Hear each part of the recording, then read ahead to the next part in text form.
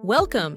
You are listening to the CRM Success Show, where you will hear from CRM executives who have overseen some of the most interesting and complex CRM implementations. Your hosts, David Masri and Kiro Whitey, will be bringing you real stories, real insight. Follow along on social media for updates on new episode releases, exclusive content, and much more. Enjoy the show and thanks for listening. Welcome to the CRM Success Show, where we deep dive into CRM success and failure, delivering real stories with real impact. Today, we're talking with Hyung Lee, Senior Director of Business Systems at FloQast. So, welcome, Hyung. Thank you. Thanks for having me.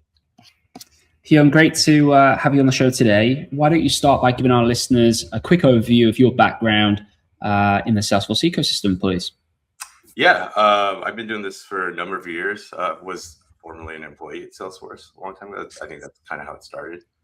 Started as a Salesforce admin and have moved up my career managing various applications. Have been at some notable startups, tech companies as well, and now I lead a team at FloQast, managing Salesforce as well as a few other applications as well. Perfect. What do FloQast do? We make accounting close software. And we're branching out with other products. We do like some compliance stuff, obviously in the AI space as well. So, yeah. Perfect. Well, I'm sure we'll hear a bit more about them later on. So one of the topics we're going to cover today, Hyung, is around the idea of migrating to a new instance of Salesforce, why that might be, should you do it, what are some of the pain points and things to kind of keep in mind as part of that journey. So over to you, Maz. Yeah, so as Kiro alluded to, I believe you've done this at what's the name of the company? New Relic. Sorry, say it again. It's a New Relic. New Relic, that's right. So yeah, tell us a little bit about why you guys decided to. I think it sounds like you abandoned an old org, moved your data to an old org, clean code base. So tell us a little bit about the decision process. Why'd you guys decide to do that? Was that a typical decision, or you did it for like unique reasons? I mean, it was a number of reasons, right? Like, and I think we had chatted about this before. I think there's a couple of reasons that you don't really have a choice, right? If you change licenses or there's like a mergers and acquisitions. I think this is more of a scenario of like a business deciding, like, our instance has so much tech debt, or there's so many issues. Should we move to a new instance? And there's a lot of factors involved when you try and decide that. But I'll go back to why we did it in New Relic. New Relic, we were moving to a consumption-based pricing model, which is really complex. Our instance was also really old and had a lot of people that had worked in there. We had a lot of integrations. It was a very complex ecosystem. And there was a lot of data and just a lot of complexity, and just nobody really knew. Like the team that I managed that was like 20 plus people, actually none of them were there when most of the stuff was set up and implemented. So there's like no legacy knowledge, right? And there were integration points that people just didn't know what it did. Just tons of consultants had come in and built stuff, other admins, other developers. And so the idea was like, it would take too long to actually get it all fixed. Now, the other side of that was a lot of these enhancements were built based on legacy processes. So we just had multiple issues where we needed business process change, we needed some transformation, and we needed cleanup, and we needed tech debt elimination, and we needed to like remove the shroud on the mystery of a lot of what things did. Things would break randomly, and nobody would know why. And it would just take us a long time to sort of discover and fix what the issues were. And in terms of like, was the migration successful? It was a huge success. Like, we did it on time.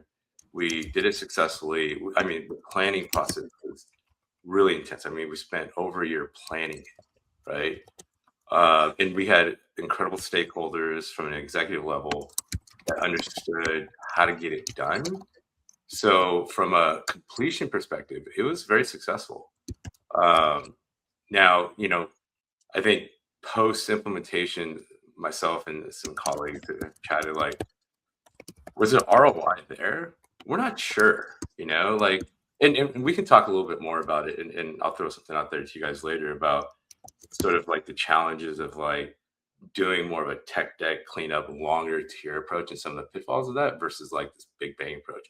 I think for New Relic, if you want to measure it from a dollar standpoint, efficiency gain, it's hard to measure, right?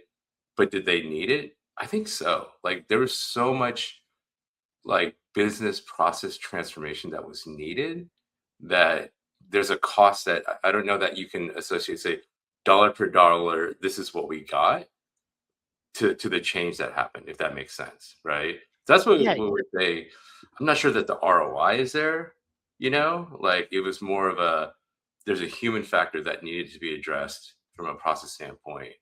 I'm not sure that could have been done without doing a full reimplement. And people forget, like, you got to reimplement everything. We had Marketo. You can't just repoint it. You've got to reimplement Marketo. And our sales stack was huge. And you have to re-implement all that, and move tons of data. We were also restructuring our data and re-architecting sort of our data model at the same time, as you probably should do. So it wasn't just like a lift and shift, like, which normally isn't, right? Right. So generally, a lift and shift would be more kind of that license change type thing where you don't really have a choice. You want to downgrade your licenses, and Yep. you just can't change the version of Salesforce, right? The license types that you have, so you have to migrate to an org. So in your case, I mean, it sounds like the unknowns would be more of a concern, almost the fact that they exist, than the decision to just move to a new org, right? So how do you make how do you come to the determination that these unknowns are safe to throw out? I assume that's part of your year of planning. Yeah, absolutely. I mean, like, I kid you not, part of the plan was let's just shut off the API and see what happens. Like it was to that point. There were a couple of endpoints where we were like, we're not sure if anybody's even using this. And when we got to we had this plan of like going through and starting to just turn them off to see what happened. And there were some that we were like, nothing happened.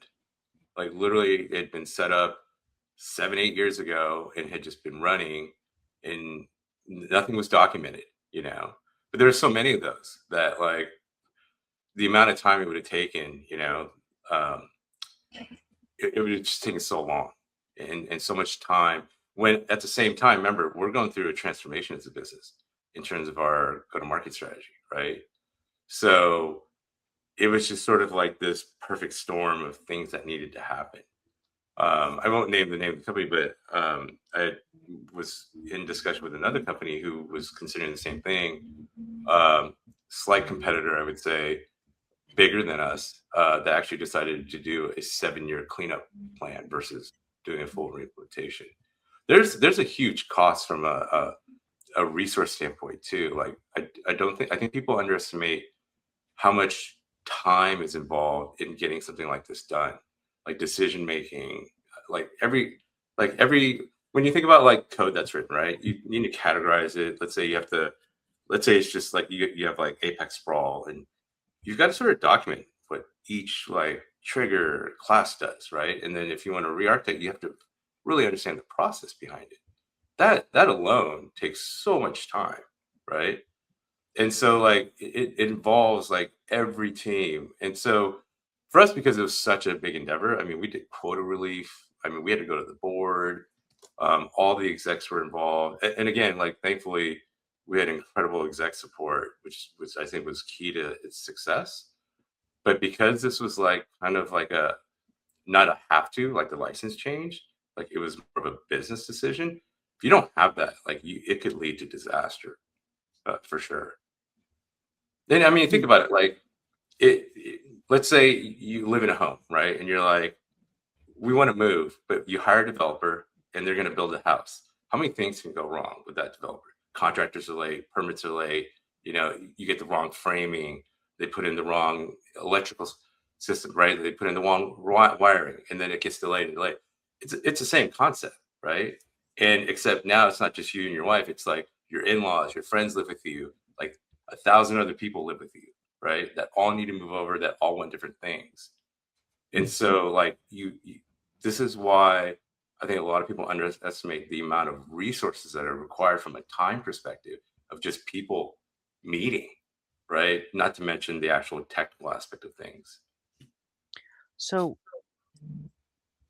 so though, do you approach it? It sounds like you approach this from the technical side. Let's do an analysis of what code is written within Salesforce, um, as opposed to taking it from the business perspective, sitting back down with your users, understanding what they do on a day to day, and then Oh, I almost wouldn't say that. design. I No, wouldn't say that. Yeah, I wouldn't say that. I think I'm a business process first. I think what I'm saying is anytime I've seen, and I've talked to a number of companies that like are considering this, like the first thing they always say is like, there's so much apex sprawl, right? Mhm. But a lot of that is due to like a misunderstanding of like the business process. Like things have changed over the course of the company's like maturity, right? But people just sort of like write code in a certain way where it's not efficient or architect correctly. But in order to make anything like this successful, at the core, you've got to understand the business process. And a lot of times you've got to change that business process. Because a lot of companies just run into this thing where they've just been doing something for so long. Or, and this is like another big problem, they've adjusted their process due to technical limitations, right? And they're just like, we do it because we couldn't automate something, in generic example. Mhm. And so you have to address those issues. We're like, well, what if we could automate that? What if we could fix this issue? What would your process? And sometimes they're like, I've not thought about this. I've been doing this for 3 years, you know?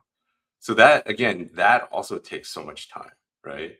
But for sure, and this will probably bleed into like a career conversation that we're gonna have later. But um, I would say I would anchor more on. I'm more focused on really understanding the business process that the technology can be solved for, right? But yeah, so So, so going back to this, so it sounds like this is no different from I'm migrating away from some other CRM platform, HubSpot, Microsoft Dynamics, um, niche, right? A niche industry CRM, right? So, is there anything different you would think, or more complex or less complex? Because people uh, tend to think moving from Salesforce to a Salesforce instance is easier than moving from a completely different CRM because oh, the objects are the same, the mapping is the same. yeah, it's an interesting question. I think it depends, right? Like I'll talk through it a little bit, right? Like if you're, let's say you're moving from HubSpot, we'll just use something generic. Sometimes when you move to a new home and you're forced to look at like a different canvas, you get less resistance on change, right? They're like, oh, this is all new, so we have to do it differently. But if you're moving to the same thing, sometimes people just are more resistant to change. And so that's like just a different challenge when you have going from Salesforce. So like what we encountered a lot was, well, I used to do it this way. I want that again. And we're like, well, Mhm. that wasn't working. Like that caused issues. So we've got to change that, you know? And so when you move to like a different CRM platform, sometimes it's the change management sometimes is easier. You just get less people that are, I used to do it this way. I want it back, you know? We got that a lot. That was like one of the biggest challenges that we had. Yeah, I think when people move platforms, they're more open to change. That is true. You do, believe it or not, sometimes even when you're switching platforms, um, they say, "I know it's in Salesforce, but make it work like Dynamics." Oh, I believe it. Oh, I totally believe yeah. it. Um, it's never fun, and it's so much coding, and it's sometimes for the stupidest thing. And I'm Like sure you you're don't like, like the way the lookup it works, and does it's some better. obscure thing. But now you're writing a custom lookup. Right, Like the custom lookup widget. right. Um, eh, yeah, yeah, that kind of stuff happens. Okay, so let's going back to the planning. So let's walk us through this. Okay, I got to do an org migration from Salesforce or maybe some other org. How do you go about putting together this plan? Your plan of Yeah. attack, right? I think it also depends on size, stage of the company. We were a public company Mhm. approaching, I mean, New Relic's over $1 billion in revenue now, but at the time we were approaching 500 million, and, just over 2,000 employees. So this is something that, and this wasn't driven by myself.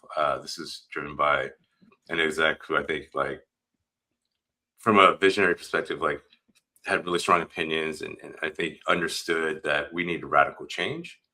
And so he was able to get the exec team on board. Then you go to the board, then the planning starts. And he So did all the can right I things. ask about that just a bit more? Yeah. When you say you needed radical change, was it just simply so much tech debt that you're scared to touch things, and then user request comes and it takes too long, or was Uh, something more impactful? Business process. It was a tech company that had gone public with a lot of folks that had worked there a long time. And like any company, like they've been doing things the way they've been doing things, but at the same time we're now changing like our pricing strategy, which is a big change.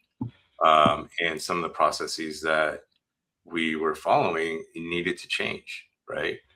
And it wasn't like all just on the business. It was a lot of things were done just because there was technical issues or it was just built Yeah. that way, right?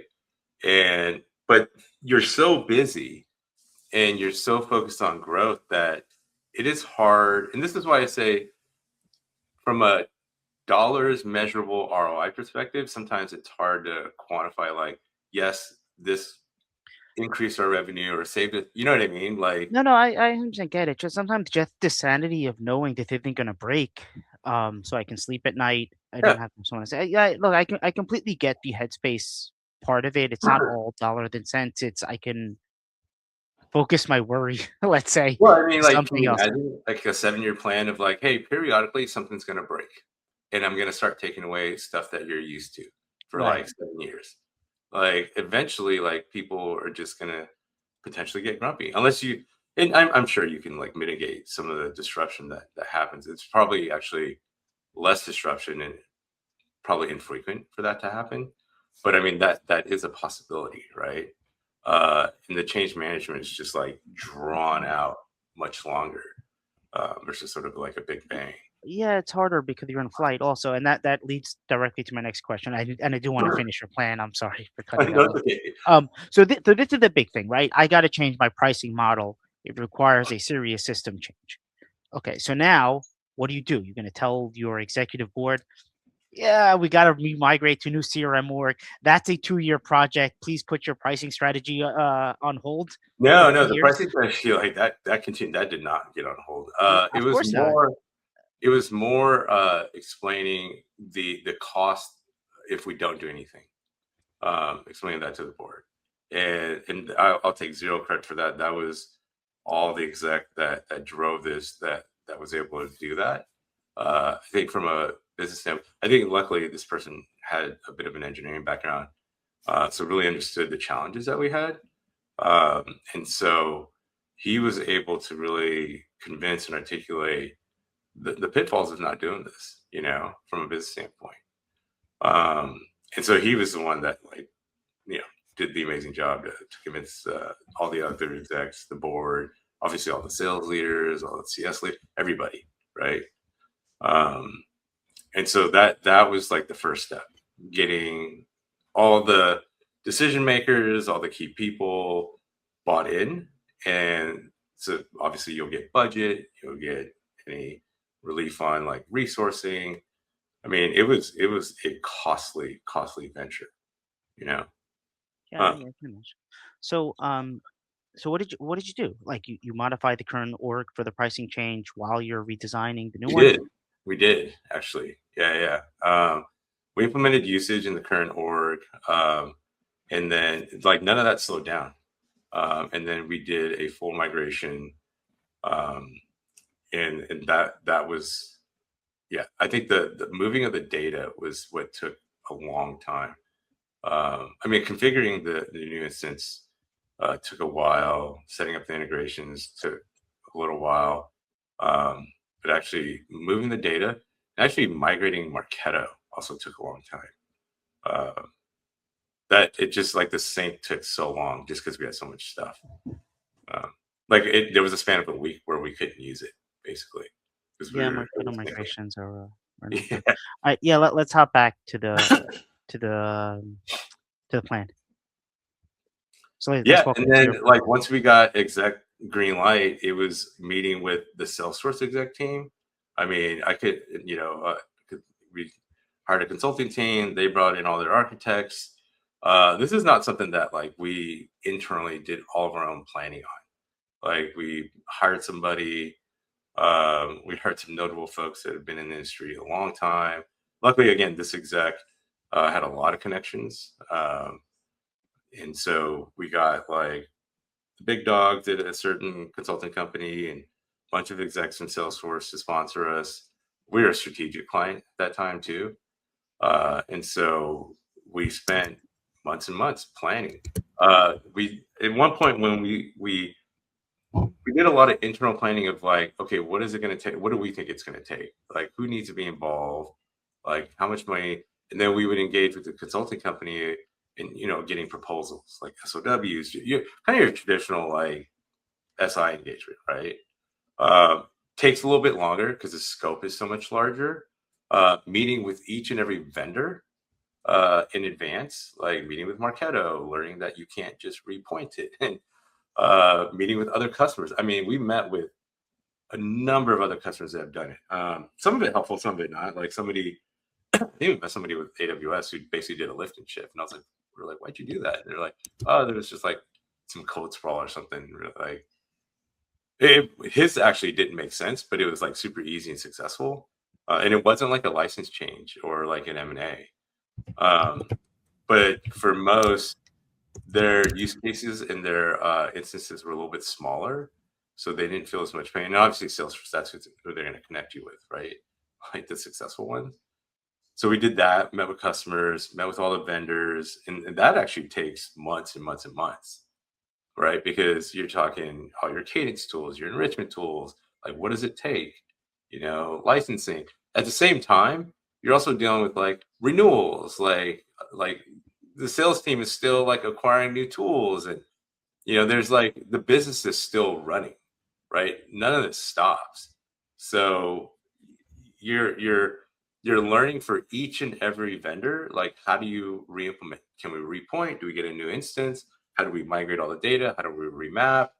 Like, so for every vendor, you're having these meetings. And so you're documenting all that, and again, at the same time, you're still doing all the day-to-day, week-to-week sprint planning for your normal work, right? This is prior to actually kicking off the actual implementation. So that's why I say it took over a year of planning. Wow. Yeah. So, and again, our instance was very, very complex, and there was a lot of tech debt and a lot of data. And we our product is fairly complex as well. And so that complicated things. And we had a really sure like data science team. And so like the amount of data that was moving back and forth to places was complex. And so that's sort of why it took a long time, right? How long was the project end to end? I would say 2.5 years. Okay. I tell that to people sometimes that are familiar with it, they're kind of in shock. I've heard 3 to 5 years is kind of the average. We didn't know any better. Like this is like all of our first times. But it was some long hours. How old was the org? I don't remember. It was one of the older orgs, from my understanding. Yeah. So hence the legacy data, a lot of data debt, etc. Makes sense. Couple of things I wanted to ask Hyung as you were kind of sharing the plan and those kind of things. So just to backtrack again slightly, I'm curious. Were there any signals you would highlight that either you or the executives felt, yes, it's time to go on this migration of a new instance initiative? Like, what was the trigger items? I know you talked about kind of the new cost model. Was it simply that, or were there other factors involved? Oh, you mean the pricing model change? Yeah, was that the only driver, or were the No, other no, kind of no. signals? That was just more of a business change. I mean, I think we were one of the early companies that understood that's sort of how you drive. I mean, everybody's moving to more of a consumption or usage based model, right? I mean, even at FloQast, we just recently switched over to that. But for our product, especially, um, this is back in like 2017. Uh, Mm-hmm. it made absolute sense for us to do that. So, like, we didn't sell for our product. It didn't make sense to have a seat based product. It was very much more of a usage type of thing. So really, that wasn't really the driver for it. It was really the pain that a lot of people felt on a day-to-day basis to get things done. And we had like 2,000 users across the entire business in there. So simplifying the org was a key driver. You potentially user Yeah, fatigue and user adoption were declining, absolutely. and yeah, okay, And data got it. So, visibility, we had a hard like our account teams, CSMs, account managers had a hard time seeing the right data. And so it was just really hard to get resolved in our current instance. you mentioned, sorry, go. Oh no, go ahead. As I say, you mentioned one of the key drivers that the executives carried to the board was around the idea of cost avoidance versus cost savings. Any insight on how you, the team, went about measuring those and saying, look, this is a cost if we don't change? I mean, there were times that, and I wasn't involved in every single aspect, but that I was involved in a lot of it. We would measure like how long things would take to do. And we would look at things like, lack of visibility on data and the impact to deal close, data discrepancies that would happen, and things of that nature. But I remember doing an exercise where we would literally count like clicks, how many clicks, how long things would take to run. There were some significant issues, like things would take too long to like render, to open. I mean, we had like iframes and all sorts of stuff in there, right? And so there were some genuine, I think, cost issues from a productivity standpoint. So we tried to measure everything we could. But I think honestly, the biggest driver was like if we had the oldest instance, like one of the older instances, we had so much tech debt, and they kind of knew like the company had been through a number of changes internally, et cetera. I had just started, when this project kicked off.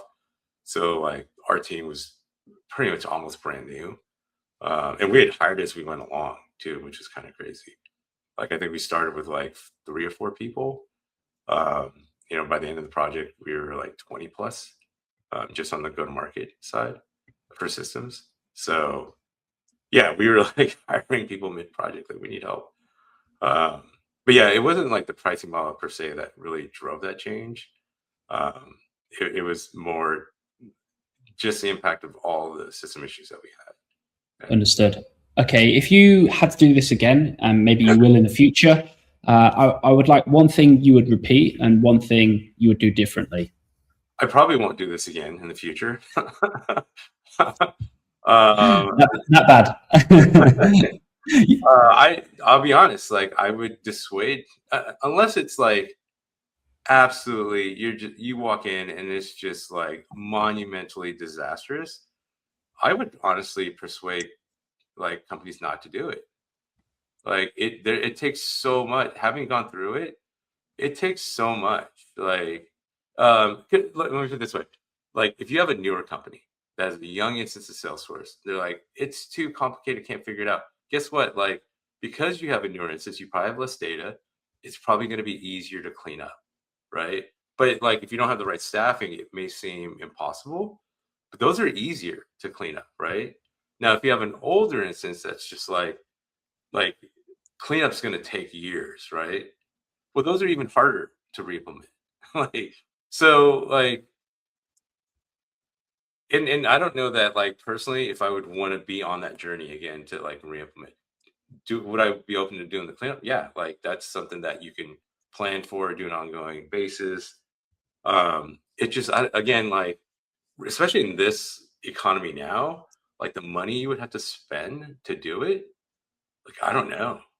You know, maybe it goes back in 2015, 2016 when everybody's making a lot of money and you can people weren't as scrutinizing that kind of spend, maybe. But yeah, right now, like I wouldn't do it. No, what would I do differently? What I would do again is the approach that our exec team took was very much an MVP approach, and they were ruthless about it. I mean, like there was virtually no scope creep. If anything, we kept cutting things, and that literally was what made it successful. Now we had a very large backlog after, but that was manageable. That's something you can negotiate, like when to do things, and you have time to do discovery. But taking an MVP approach, I think, is absolutely critical to doing something like that successful. That's something I would definitely do again. So yeah, how do you do that when the system is live? So MVP works really well when it's a net new system. So anything is better than nothing. So I can give them an MVP. But when they have a fully functional, feature-rich system, and then you tell them let's go Yeah, back to an MVP, you get a lot of pushback, right? it's yeah, no, we got huge amount of pushback. You're absolutely right. There's a lot of campaigning and education, and also honestly discovery to figure out what can and having honest conversations about like what do we absolutely need for people to do their jobs. You know, like a cadence tool. You know, like it's kind of critical for BDRs, I would say, right? But like, does like an enterprise A absolutely need it right off the bat? You know, like maybe not, right? It's not Does that. that They have it today. what's It's that? the issue, right? It's to have it today. Well, no, again, having a very honest conversation, Right. right? Like BDRs, they're like 70% or whatever, 80% of their day is sending emails, right? Enterprise AE, maybe not. So having a very tough conversation with and negotiating with that sales leader of like your team will not have it day one, they will have it on day 15 or day 10, right? And so we had a lot of negotiating on that kind of stuff, right? Um, a lot of it had more to do with automation than tools, honestly. Like we had again, like when you have an instance that old, you typically automate a lot of stuff. And so, you know, we started with sort of like here's the bare minimum that you need from a data standpoint, and you're gonna have to manually input this stuff for a while. You know, very generic, I know, but like that's sort of the approach we took. Um, and I'll be honest, it did work. People weren't thrilled, like they weren't like yay, like have to manually input this. But at the same time, a lot of feedback was, wow, this is a lot cleaner. We also paid attention to a lot of little things. Like we didn't just go in and take zero feedback on user experience. We also like really focused on like page layouts, clicks, user experience, right? Because if we were moving to a new instance, the whole point is to make it better for the user, right? It's not just make it work better. So going back to the consulting group that we work with, we did tons of workshops, like all day workshops, getting like user feedback. We had sales reps in there, you know, learning how they worked in the Salesforce instance. And so you build that, and then we brought like user process folks in from the consulting company and really redesigned sort of like the process and really try to optimize that. And so that's sort of why I say like it's sort of process first, and then but there's so much planning that does go into the technology. So. You briefly touched on it there, but the last question for this segment is, I guess, any key indicators that you, the business, tracked to basically showcase the migration was a success? We were, you know, just to be very transparent, we were a date-driven project. So hitting the date was our win. And so that was what we tracked on. It all cost. Okay. Yeah. And we did. Love it. Yeah. Sometimes simple is better, right? You know, let's get it live. We had a ton of, you know, work streams that we would track and everything. I don't know if we were lucky, but most of that stuff was successful in terms of all the work streams that we did. Great. Love it. All right. So want to shift the focus of the podcast slightly. So talk a little bit about you and your background. So for our listeners, to recap, you've been in the ecosystem 20 years, give or take, without making you feel older than you need to. And thanks for powering through the episode. I know you've got a bit of a flu as well, which we joked about was down to old age. So 2 decades, right, in the Salesforce ecosystem. And you uniquely actually started your Salesforce career at Salesforce itself. So for most, they go to Salesforce if they're lucky to work at Salesforce, fortunate enough, later on in their career. So you started at Salesforce 20 years ago. High level, how has that ecosystem evolved from then to present day for you, from what you've observed? Yeah, it's been an interesting journey. You know, it's funny you talk about age, because 25 years ago is when I worked in my first tech company. And prior to that, I worked at a bank doing like customer service. And I was like, I need to get in tech. And a friend of mine got me a referral, and I got a job doing software support. From there, like, I got another referral in the Salesforce. I spent, I think, my tenure at Salesforce trying to explain to people what I did and what Salesforce. Back then, nobody knew what it was. Like, what is Salesforce? You sell something? And I was like, no, I don't sell anything. Like, I mean, when I joined Salesforce, it was like, I think 1,400 employees. They'd just gone public a few years prior. So I mean, this is a long time. This is back in like 2005. So back then, like, there was no career path. It was like, if you were not an engineer or PM or something like that, people didn't know what you did. And so I spent a few years there. I was back then, it was called Premier Support, but I was an account manager, technical account manager. Technically, I was doing like relationship management for like 21 plus customers in the financial space, doing their admin work as well as being like a subject matter expert for a couple topics. I would do client visits. And so again, this is when we're talking. Now you have a different TAM, you have a different RM, you have a CSM. We sort of did all of that in one back then. And so, I got tired of being the escalation point, because like every time we had an issue, I've got 21 customers that are like upset. And so I was like, I want to go on the customer side. So at that time, and this is the interesting part of the maturity of the industry, is I only knew of, like, and through word of mouth, there was one recruiter, and she used to work at Salesforce. And she was like, there's no recruiters that understand Salesforce. And I'll tell you a story about that later. And she was the only one that specialized in recruiting for Salesforce admins. So I connected with her, and she got me a job at Wells Fargo Insurance as a Salesforce admin. So I went customer side.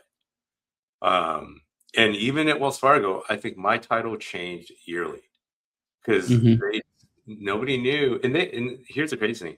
I think they had like 30, 40 instances of Salesforce being used in various ways. And there was a guy there in my later years that I think had the understanding that this is a thing that's growing. Dreamforce started getting bigger, and he created like a success org, et cetera, a customer excellence thing, and he started trying to unify it. And they started consolidating orgs. So he sort of had the right vision for that there, but they had no idea what to categorize me as. They were like, you're not an engineer, you're not like a BSA, like you're. So like, again, people just had no idea what I did. And I remember walking into a staffing agency, and I remember the woman looking at me, and I told her the salary I wanted, and she looked at me and she laughed. She goes, "You're never going to get that." And she goes, "You're out of your mind." Literally, her words were, "You're out of your mind." And she goes, "I don't even know what you do." And I left, and I was like, "That's crazy." And then like a month later, I got like the exact salary I wanted, and I got a Salesforce admin job. But that's sort of where the industry was. Like, this is back in 2008, I think, right? versus like now there's like full blown, like you can have a career. You know, I've worked for a VP of business applications before. I've seen VPs of business applications become CIOs even, and on both sides of the spectrum. Like meaning, I've seen when I look at like sort of resumes and careers, I've seen folks that like there was a CIO I briefly worked for. He was he owned business applications on the finance ERP side. Had actually never managed it on the go-to-market side, like meaning Salesforce. He became a CIO. And on the flip side of that, there's folks that have been more in the Salesforce ecosystem that transitioned on to being a CIO as well. So it's kind of an interesting thing, right? I've also seen like Salesforce developers become full stack engineers or integration engineers. It doesn't directly translate, but because I think the industry has shifted where a lot of the engineering principles have been applied to sales. Because like back in the day, like you didn't even have like change sets like the way you deploy, right? Now you have literal DevOps tools and integrations to GitHub and Jira. All like like my team, for example, we operate like an engineering team. You know, we use DevOps tools and we follow engineering principles and agile methodology. So some of that can translate if you want to do like a career shift. So it's changed dramatically. Like now, Yeah. if I mention what I do, I think I was at like a charity auction for my daughter's school a couple of years ago, and literally sitting next to a guy. And I was like, "What do you do?" And we're kind of trading like, "Oh, this is," and he was kind of being like, "Oh, this is kind of what I do," but he thought nobody would know. And I was like, "Dude, I do the same exact thing you do." Like we had the same job, ironically, which like 10, 15 years ago, you would never run into that. Right. So it's Yes. grown quite a bit.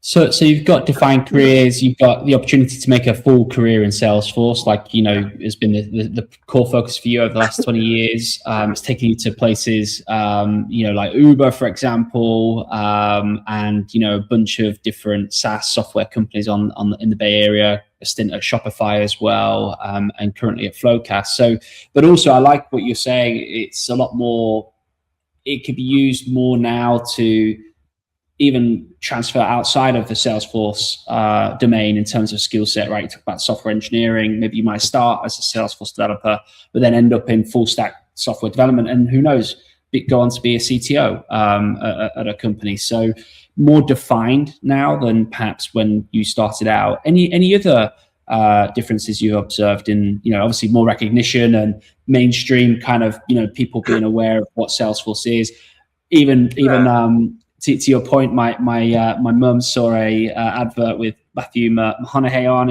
and said, "Salesforce, isn't that what you do? What's this actor talking about Salesforce?" So there you go. So to your point, it's more recognized, right? So any other observations? Yeah, it's not just from an engineering perspective too. I think like all the other functional roles like PMs and whatnot. Also, like you have like a full stack team in terms of roles. So that's changed quite a bit. And where it goes from there, like I'm not sure. Like, do we become like Oracle and we're just? I mean, it's huge now, right? And so I feel like in the last few years we're sort of at like this point where Salesforce has gotten really big. There's still some legacy stuff. Like something that I noticed is like where a team like mine sits. Like back in the day when you first hired your first Salesforce admin, like the sales ops team would just hire somebody. Like they're the only team that really supports it. It's for the sales team. So let's just hire like a Salesforce admin, but now you have like IT departments that are like, no, this is like a technology team. But then you still have companies that are like, nope, this is a like revenue function. And I used to have a strong point of view because like I was really happy in an IT department that it should belong in IT. But, I think over the years I've softened on that a little bit. I look at like HR systems a lot of times. Like HR systems teams like live in HR a lot of times. Sometimes finance too, right? And I think it goes back to the mindset of like these are business supporting functions that should really know the business, right? And so sometimes like you could have a company that's a little more distributed and not so centralized, sort of like in the older model, I guess. Um, but there's pros and cons both ways. Like there's also some huge advantages of having centralized in IT because we do work cross-functionally a ton with like a lot of our IT partners. With like I work a lot with like our infra guys and identity management guys and security, especially security and compliance, like a ton. So there's just like a lot of synergies to be on the same team as those folks. Yeah. Okay. Reporting. So What about if we're looking at kind of trends? Maz, I think you had a quick comment on that actually. Yeah, no, I just want to say that I think that's really why Salesforce grew so big. Was their when they first started, their initial tactic was to sell to the business, not to the technology department. And they kind of just got in on the ground floor. There was no software, so they didn't need clearance to install anything. Everyone already had a browser. So the cloud approach combined with just put it on your corporate card, um, kind of gave this to the hands of the business. And then I guess starting probably close to 10 years, not quite, IT departments started wrestling this away because they were left dealing with the data that was in that system and cleaning up the messes there. There's compliance stuff started popping up all over the place, and that ended up in their purview. So they started pulling it back. But it's one of the reasons that Salesforce has been so successful. There's always been a heavy focus on the business yep. first, and then the technology second. Whereas when you're looking at accounting systems like that, the board wants their report and they know exactly what they want to look at, and the spec is very easy and clean, and then they really don't care what happens with a CRM. The guys are in there, right? So they care. The business cares a lot more. It's not a back office function, right? And I think that's a big part of it. And just to add on that, I think that's why a lot of these people who do well balancing that between the business and the technology side end up going very far in their career in terms of the leadership positions, because it's so valuable to be able to talk to both those worlds. Yeah, I had a question in there, but I forgot what it is. But go ahead. No, true. I Would you agree? You'd also ask like something like what's one thing that you would do or give advice for somebody like that wants to be successful in this industry? Like in my opinion, like the technology engineering skills can be learned, right? Like that's just certifications, classes, whatever, right? But people, I think the more successful people in this industry are the ones like yourselves that really know the business, right? Understand the business that you're supporting, because you can write great code, you can know how to configure the app, but if you don't know what you're building for, like it really doesn't matter. Yeah. So that's a piece of advice I try and give to everybody that I work with. Perfect. We spent a little bit of time reflecting. I want to spend a little bit of time forecasting, let's say, factoring in current demand. We're talking AI, data cloud, etc., complex security integrations, and so on. What kind of roles do you think will grow? What kind of roles do you think will shrink or perhaps be reinvented? And then the follow-up question for you, Hyung, is, do you think we're leading more towards deeper specialization or more hybrid generalist type of roles? I think the industry in terms of Salesforce has already been heading towards more of a specialized type role. Like on my larger teams, I typically have pods. There's like a post-sale, pre-sale, marketing, CS, partner specialist team, right? And then like you have CPQ specialists or CPQ architects. So I think in general, it's heading that way. It's going to continue to, because like the complexity just increases, right? Like back in the day, CS was kind of an afterthought. That is not the case anymore. CS is quite complicated. And depending on what other vendors and systems you use, you might need somebody dedicated that understands that architecture, that business process. And so I think specializing is definitely a trend.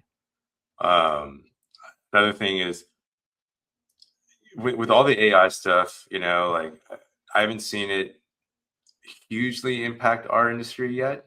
But I suspect, like, whether it be through making our developers more efficient, using some of the AI tools for developing.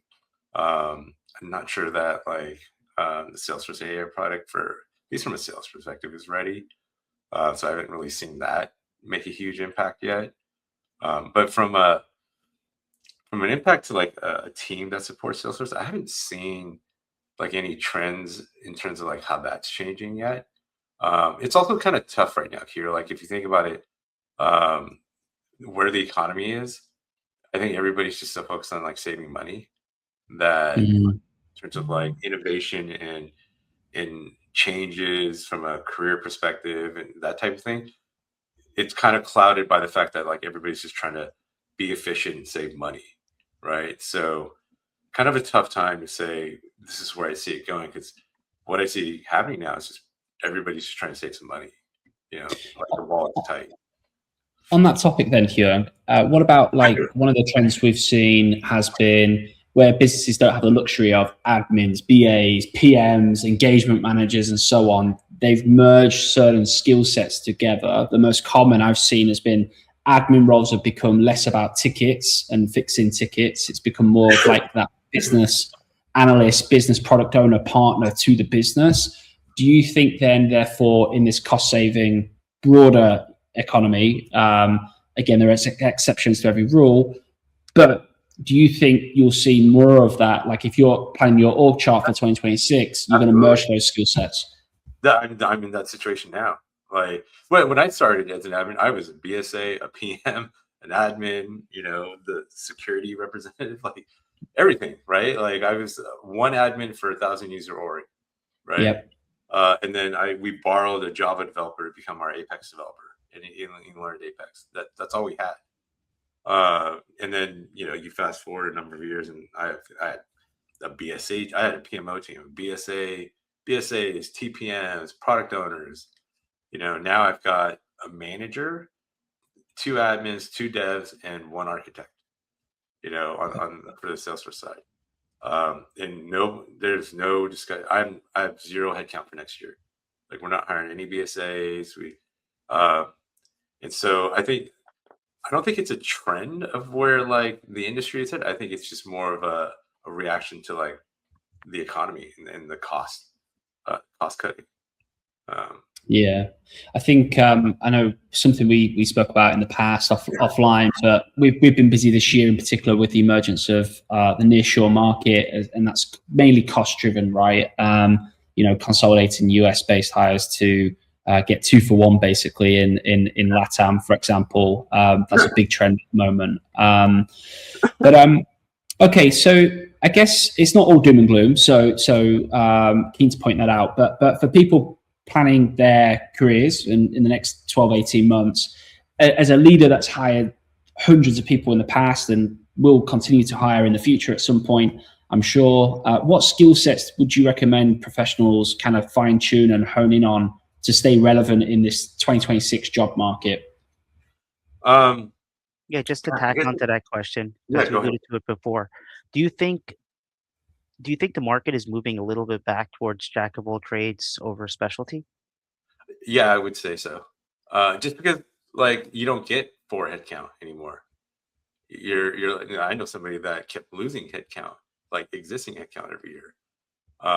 And just because like you're not getting, I'll give you a real example for when I was hired.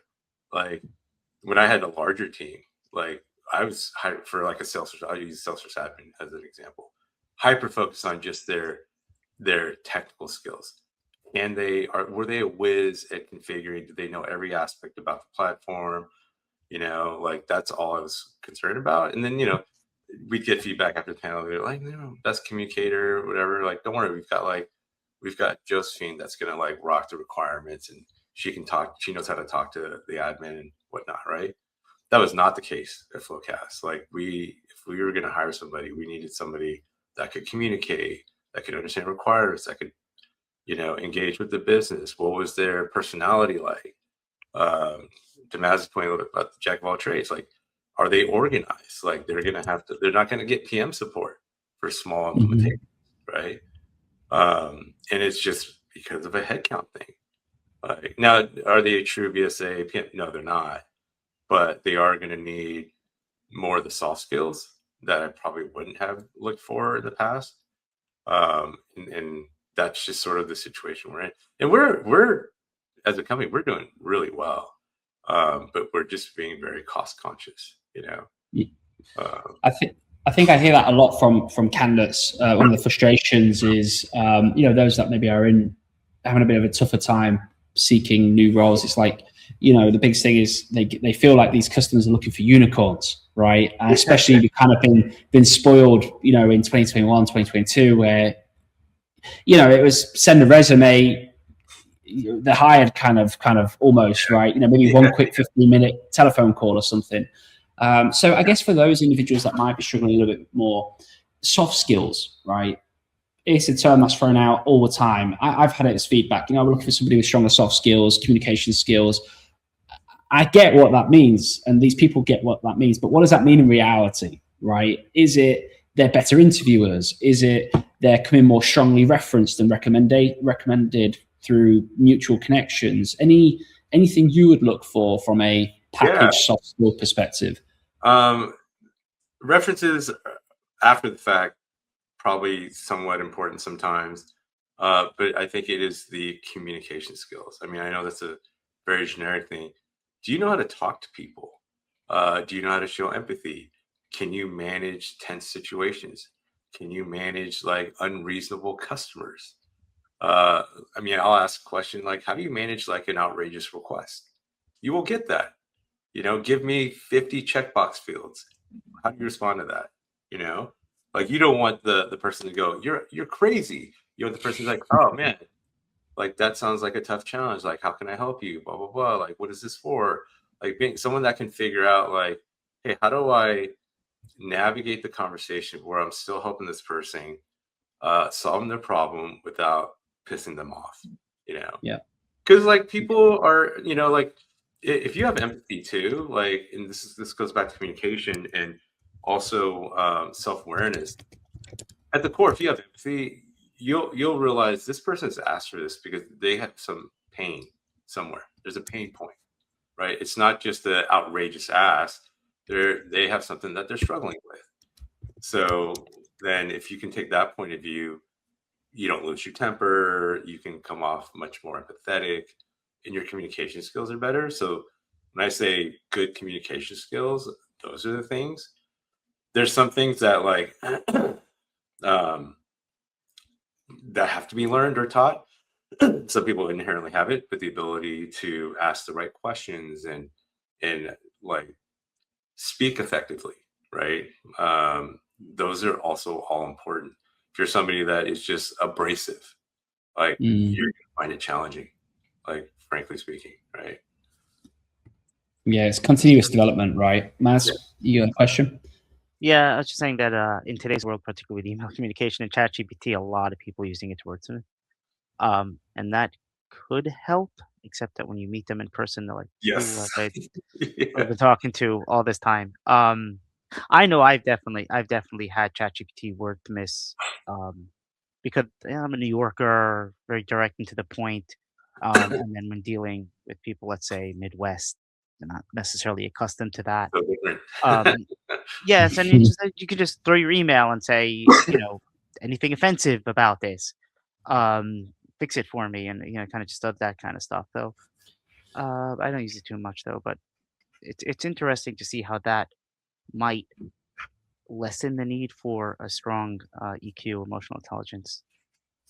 To your point though, what do you do when you're on a live video conversation like this, right? That's where it kind of goes down.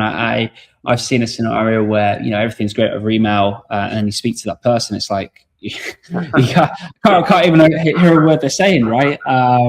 It's a delicate one. I think to your point though, Hyung, I think it's about these interviews for admin roles. Yes, the technicals. Let's say admin roles, for example, yes, their clients are checking the technical skills, of course. Can you build flows, going through all that kind of stuff? But it's the how, why, feel, tell me kind of, a scenario, a time when to your example, you would handle an obscene request, how you would go about it, and make sure that I think these candidates have those examples, are able to articulate those examples like that, right? They're not having to rack their brain for 5 minutes to try and come up with a real scenario where they were able to add value to a finance user, for example. So last couple of questions for you as we close out the episode. So I always like to ask this: if you could rewind and start again, that type of thing, your Salesforce career. I'm curious, are there, any decisions you'd perhaps accelerate, any kind of proactive choices you would make to get to where you are faster, maybe, or skills you wish you developed earlier? Any general lessons you could share with our listeners that they might be able to apply to their own career? I mean, this is more on a personal level. There were a couple startups that, this is so ridiculous. My couple of regrets are not joining a couple of startups that pursued me aggressively because I didn't want to commute. Yeah. That's valid. No, I'm sorry. That's valid. Back today it is as well. Yeah. I had just left a long commute and they hit me up right after. And I was like, I just literally had lobbied to move offices and I was dying on this commute.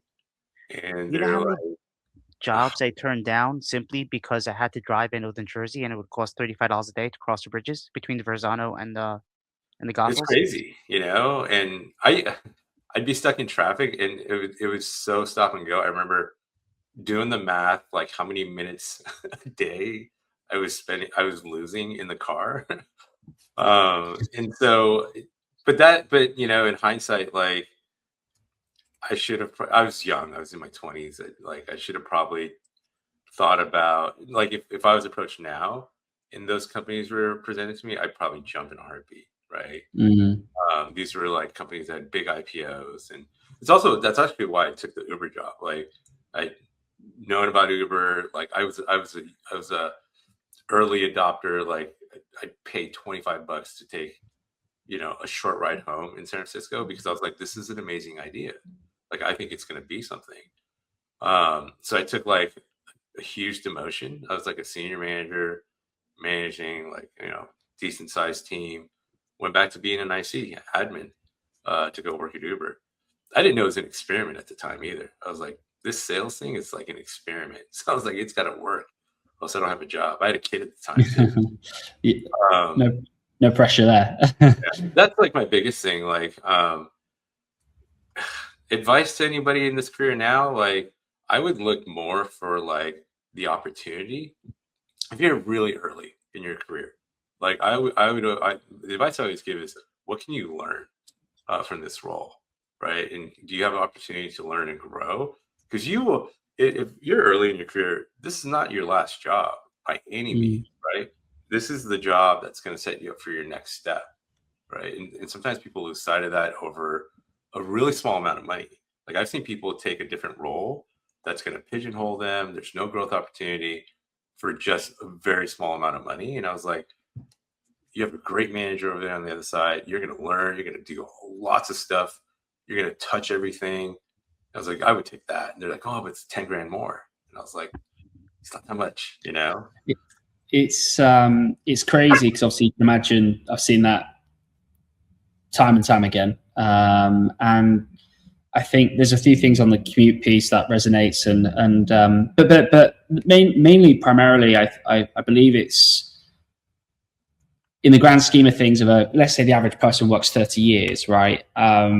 Is that 2-3 years really going to make a big difference? It's less than 10% of your time at a company. And also people are happy to pay, well, might not be happy about it, but they pay 50 to 100,000 a year for education, right? Yeah. In the formal sense, in terms of bachelor or whatever, but won't take a 5-10K pay cut to do 1 or 2 years of education. And at the end of the year, get back to that level anyway. So it is a short-sighted opinion. And I see it a lot with people, they bounce around from companies, 12 months here, 9 months there.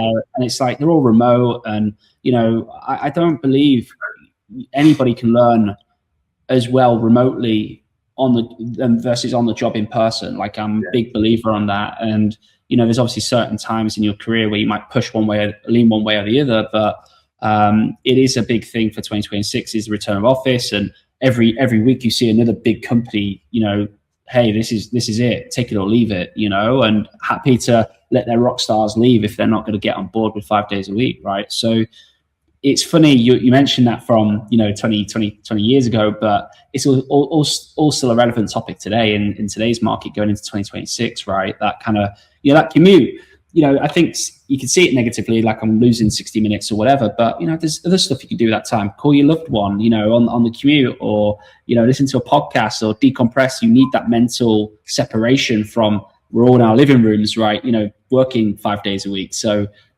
pros and cons, like you say. Absolutely. But I think on that note, that's a wrap. So Hyung, I'd like to say thank you for participating in this podcast. I know we first tried to get this, you know, in motion maybe about a year ago, but we got there in the end. So thank you for your time. I appreciate it. It was fun. And hopefully we'll have you back again in the future. And for our listeners, please do not forget to subscribe to the CRM Success Show for more episodes featuring leaders like Hyung.